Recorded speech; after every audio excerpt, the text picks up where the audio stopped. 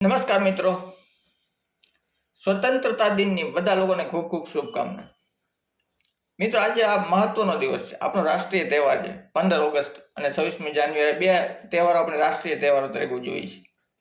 આજે 15 ઓગસ્ટના દિવસે બધી સરકારી કચેરીઓમાં શણગારવામાં આવશે, ત્રિરંગાઓ લહેરાવવામાં આવશે, સ્કૂલોની અંદર લહેરાવવામાં આવશે.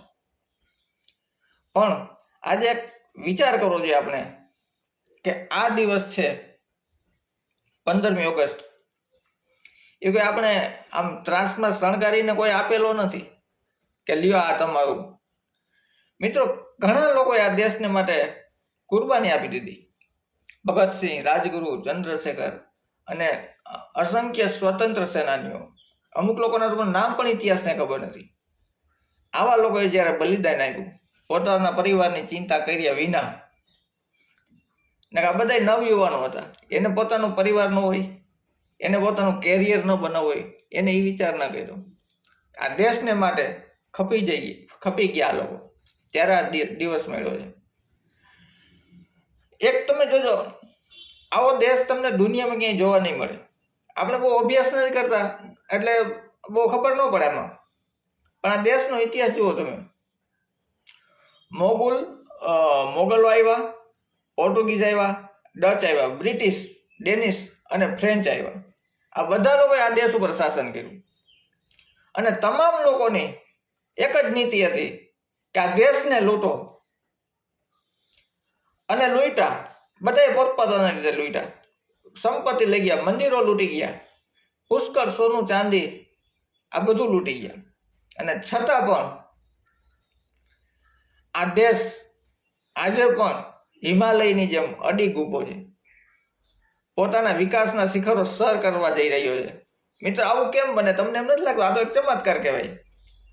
જો આટલા આક્રાંતોએ આ દેશ ઉપર ચડાયું કરી હોય અને આટલું શાસન કર્યું હોય આક્રાંતોએ, છતાં પણ આ દેશની અંદર એક લેશ માત્ર પણ ફરક ન પડે.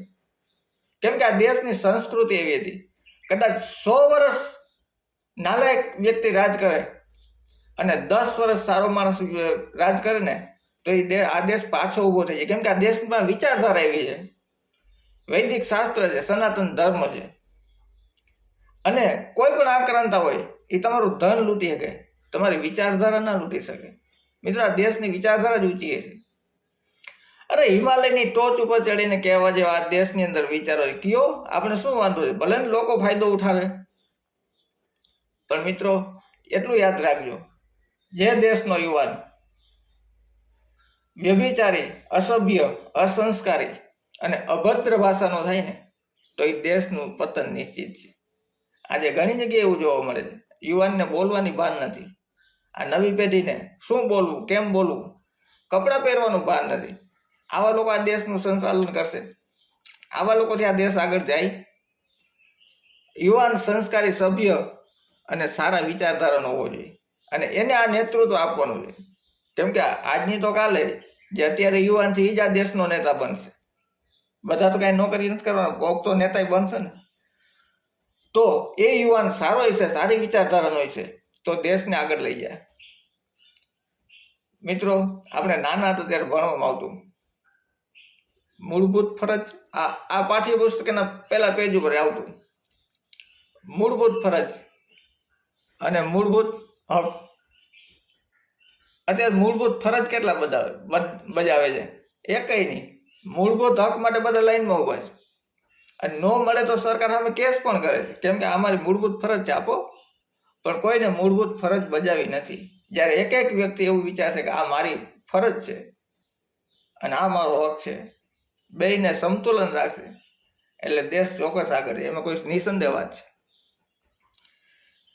અધિકારીઓ અને પદાધિકારીઓ જ્યારે આ દેશ પોતાનું ઘર છે એવી રીતે વહીવટ કરશે ને ત્યારે દેશને આગળ જતા કોઈ નહીં રોકી શકીએ.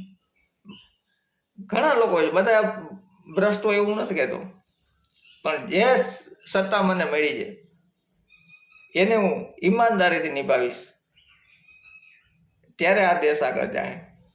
મિત્રો, એટલે જે દેશનો યુવાન માઇકાંગલો થાય એ દેશ આગળ ન જાય.